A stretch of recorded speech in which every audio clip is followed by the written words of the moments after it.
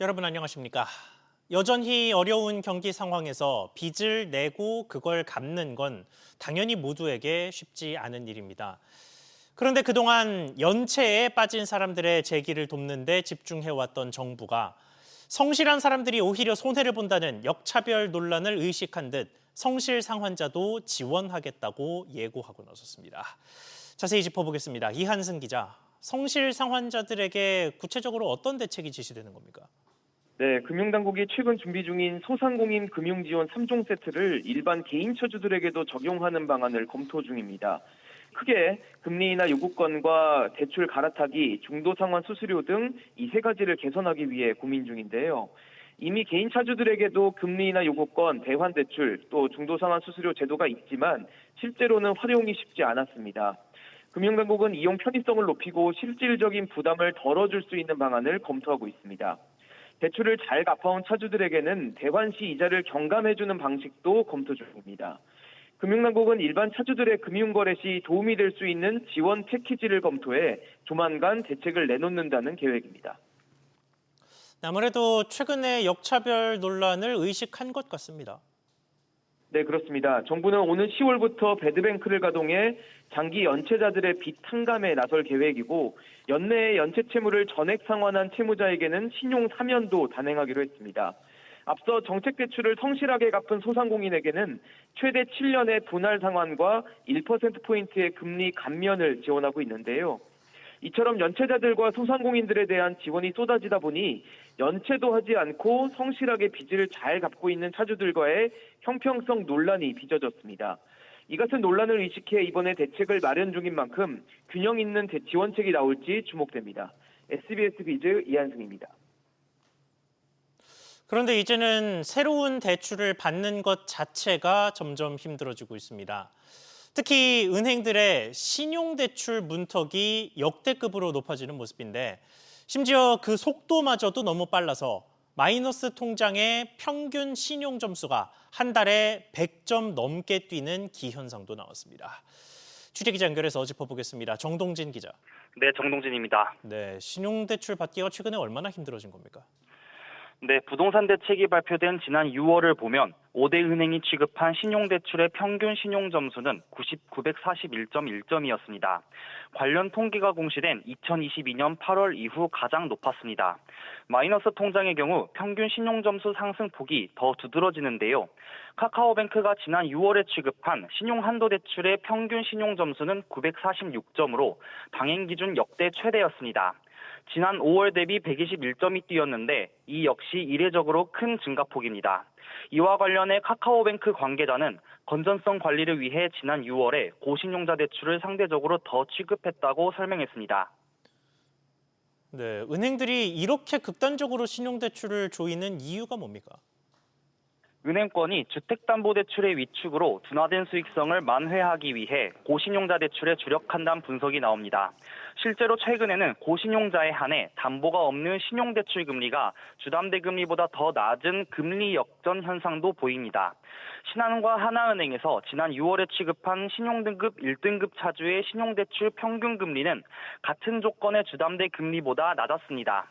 우리은행의 경우 신용대출 취급 시 1등급 차주에게는 0.3%포인트의 우대금리를 제공하고 있습니다. 반면 중저신용자들은 제도권 대출 문턱이 연쇄적으로 높아지면서 결국 대부업이나 불법 사금융으로 내몰릴 수 있어 대책 마련이 시급합니다. SBS 비즈 정동진입니다. 이런 가운데 정부의 소상공인 지원도 계속됩니다. 폐업한 소상공인을 대상으로 취업 교육에 생활비까지 최대 1,000만 원을 지원하기로 했습니다. 서주연 기자. 네, 서주연입니다. 네, 구체적으로 어떤 항목으로 지원이 확대되는 겁니까? 네, 정부는 중소벤처기업부의 희망 리턴 패키지와 고용노동부의 국민 취업 지원 제도를 연계해 폐업한 자영업자들에게 맞춤형 취업 지원을 진행하고 있습니다. 올해 들어서만 약 2,000명이 연계 프로그램을 이용하고 있고 오는 2028년까지 연 5,000명을 지원한다는 계획입니다. 취업 교육에 참여하면 기존 수당에 추가로 월 20만 원씩 최대 6개월간 모두 120만 원의 지원도 신설합니다. 이와 함께 중기부의 전직 장려 수당 60만 원, 고용부의 구직 촉진 수당 월 최대 90만 원 등 최대 800여만 원은 받을 수 있고 취업에 성공하면 첫 달 40만 원, 1년 근속 시 100만 원 등을 포함해서 모두 1,000만 원가량을 지원받을 수 있습니다. 네, 이에 더해서 앞서 형평성 논란을 짚어보기는 했습니다만 채무 부담도 경감해 준다면서요. 네, 그렇습니다. 이 폐업 이후 취업에 성공하면 일정 기간 근무를 이어갔을 때 채무 부담을 경감받을 수 있습니다. 현재는 폐업 시 대출받은 정책 자금의 일시 상환 유예를 지원하고 있는데요. 앞으로는 취업에 성공한 경우 상환 기간을 연장해주고 1년 이상 근속하고 성실 상환한 경우 금리 인하까지 추가 지원합니다. SBS 비즈 서주연입니다. 기획재정부는 매달 경기 동향을 진단하는 자료를 냅니다. 이른바 그린북이라 불리죠. 최근 꽤 오랜 기간 동안 이 자료는 경기 하방 압력을 경고하고 있었는데 오늘 발표된 그린북에서 오랜만에 이 표현이 빠졌습니다. 소비 쿠폰으로 대표되는 내수 진작 효과가 나타났다는 건데 그럼에도 우려할 점은 여전히 있었습니다. 지웅배 기자. 그래도 경기 하방 압력이라는 문구가 빠진 건 중요한 변화로 봐야겠죠. 그렇습니다. 정부는 오늘 발간한 최근 경제 동향 8월호에서 정책 효과 등으로 소비가 증가세로 전환되는 등 향후 경기 회복에 긍정적 신호가 나타나는 모습이라고 평가했습니다. 특히 하방 압력이 여전하다는 표현을 이달 들어 삭제하고 소비 심리 개선에서 소비 증가세로 전환했다는 긍정적 표현을 담았습니다. 하방이란 단어가 빠진 건 지난해 12월 이후 8개월 만입니다. 다만 최근 우리 경제는 건설 투자 회복 지연, 취약 부문 중심 고용애로 미국 관세 부과에 따른 수출 우려가 지속되고 있다는 점도 분명히 했는데요. 즉 하방 요인 자체가 사라졌다기보단 내수 관련 긍정적 신호로 상방 요인도 존재하는 만큼 하방 압력만 강조하진 않겠다는 설명입니다. 지표상으로는 소비를 나타내는 카드 국내 승인액이 7월 6.3% 늘며 석 달째 증가폭을 키웠는데요. 건설 분야에선 투자가 4개 분기 연속 마이너스로 부진한 모습이고요. 수출은 반도체 업황 호조로 직전해보다 5.9% 늘었지만 품목별 관세는 여전히 변수입니다.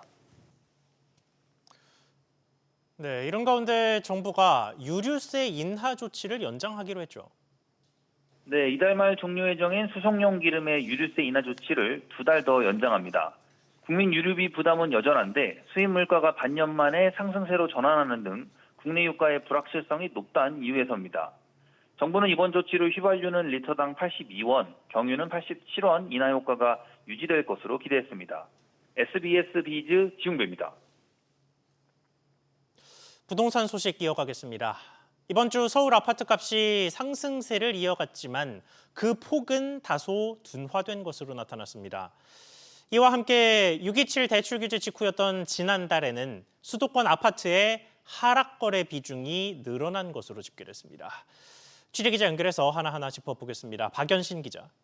네, 박연신입니다. 네, 먼저 이번 주 상황부터 보겠습니다. 서울 아파트값 얼마나 올랐습니까? 이번 주 서울 아파트값은 0.1% 오르면서 지난주보다 0.04%포인트 상승폭을 축소했는데요. 지역구별로 살펴보면 송파구가 0.31% 오르면서 가장 높은 상승률을 보였고 이어 성동구가 0.24% 오르며 그 뒤를 이었습니다. 이외에 서초는 상승폭을 유지했고 강남, 용산, 양천, 광진구는 상승폭을 축소했는데요. 부동산원은 재건축 추진단지와 학군지 등을 중심으로 매매 가격이 상승하는 가운데 매수 관망세가 이어지고 전반적인 매수 문의가 감소하며 지난주 대비 상승폭이 축소됐다고 설명했습니다. 전셋값도 상승세를 이어가는데요. 이번 주 서울 아파트 전셋값은 0.05% 오르며 상승폭을 유지했습니다. 일부 입주 물량 영향 지역에서 전세 가격이 하락했지만 정주 여건이 양호한 선호단지 중심으로 임차 수요가 지속되고 매물 부족 현상에 따른 것으로 분석됐습니다. 네, 전체적으로 6.27 대출 규제가 여전히 영향을 미치고 있는 것 같은데 특히 지난달 전체로 보면 하락 거래가 상대적으로 많았다면서요? 네, 그렇습니다. 수도권 아파트의 하락 거래 비중이 지난달 소폭 늘어난 건데요. 국토교통부 실거래가 자료 분석에 따르면 지난달 수도권 아파트 하락 거래 비중은 40%에 달한 것으로 집계됐습니다. 한 달 전보다 4%포인트 넘게 오른 건데요. 반면 상승 거래 비중은 3%포인트 줄었습니다. 대출 규제가 수도권 전반에 적용되면서 매수 심리가 위축됐고 매수 관망세가 유지된 데 따른 것으로 풀이됩니다. 다만 시장 내 공급 부족에 대한 우려가 여전히 존재하면서 상승 거래가 체결되고 있는 것으로 보입니다. SBS 비즈 박연신입니다. 서울 부동산 시장에 쓰는 둔화라는 표현은 오르기는 오르는데 예전보다는 적게 오르고 있다는 뜻입니다. 그런데 지방은 표현이 다르죠. 하락과 위축이 계속되는 모습입니다.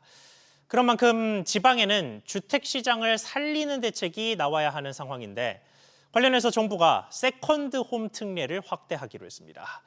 서울에 집이 이미 한 채 있는 상황에서 지방의 주택을 한 채 더 구입해도 1주택자 자격을 유지할 수 있는 그 대상지가 더 늘어난다는 뜻입니다.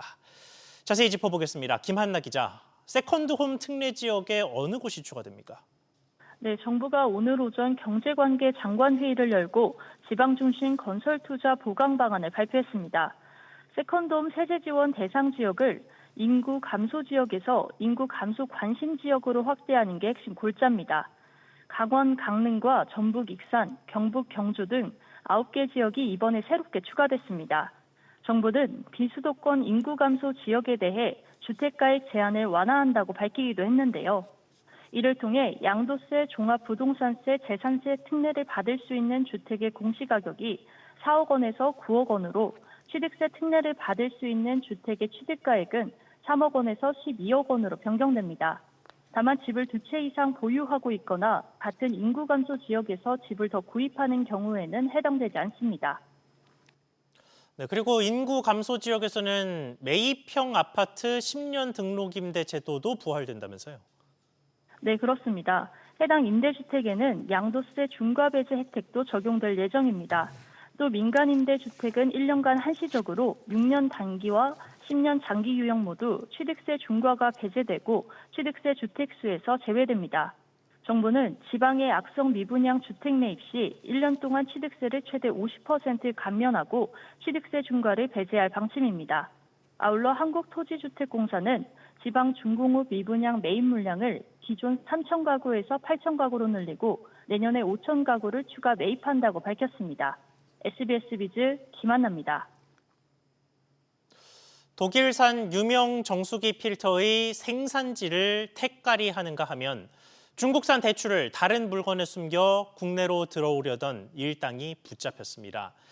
관세청이 생활 밀접 품목에 대한 밀수 범죄 단속을 강화합니다. 취재기자 연결해 보겠습니다. 정광윤 기자.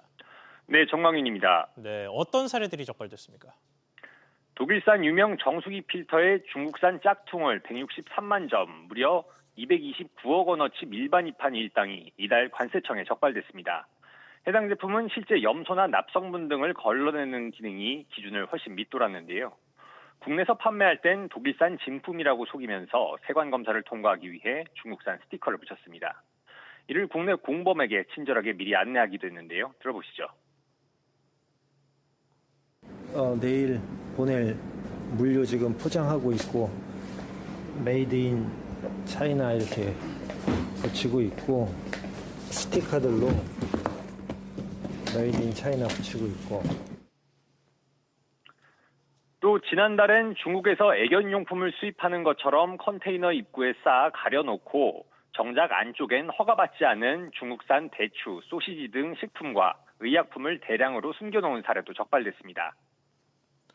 네, 이렇게 국경을 넘나드는 불법 행위 규모가 어느 정도나 됩니까? 네, 올 상반기에만 871건, 약 2조 2,400억 원어치가 관세청에 적발됐습니다.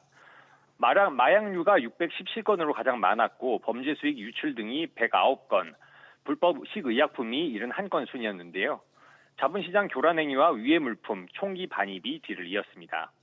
이와 관련해 관세청은 국민의 생명, 안전, 재산을 직접적으로 위협하는 5대 국정 민생 범죄에 대한 집중 단속에 나서겠다며 대응본부를 출범시켰습니다. SBS 비즈 정광윤입니다. 지난달부터 대형 증권사들을 대상으로 임원별로 내부 통제의 책무를 부여하고 문제가 생기면 그 책임을 묻는 책무 구조도가 시행되고 있습니다. 금융당국이 이르면 다음 달 현장 검사에 착수해서 그 책무 구조도를 제대로 준수하고 있는지 들여다보기로 했습니다. 특히 이번 검사는 이찬진 신임 금융감독원장이 금투업계를 상대로 벌이는 첫 검사라는 상징성도 있습니다. 박규준 기자, 검사 관련된 자세한 진행 상황 먼저 전해주시죠. 네, 증권사 등의 금융투자회사 대상으로는 다음 달쯤 나가는 게 유력한 상황인데요.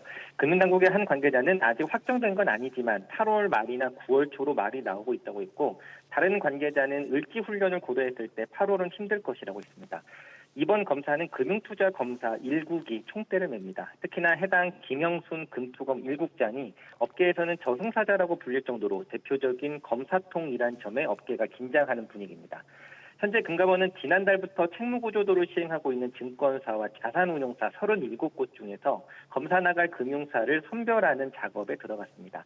은행은 은행검사국과 감독총괄국이 나눠서 나가고, 보험은 검사 1, 2국에서 나갈 것으로 알려졌습니다. 네, 그러면 실제 검사 과정에서 어떤 사항을 중점적으로 보게 됩니까?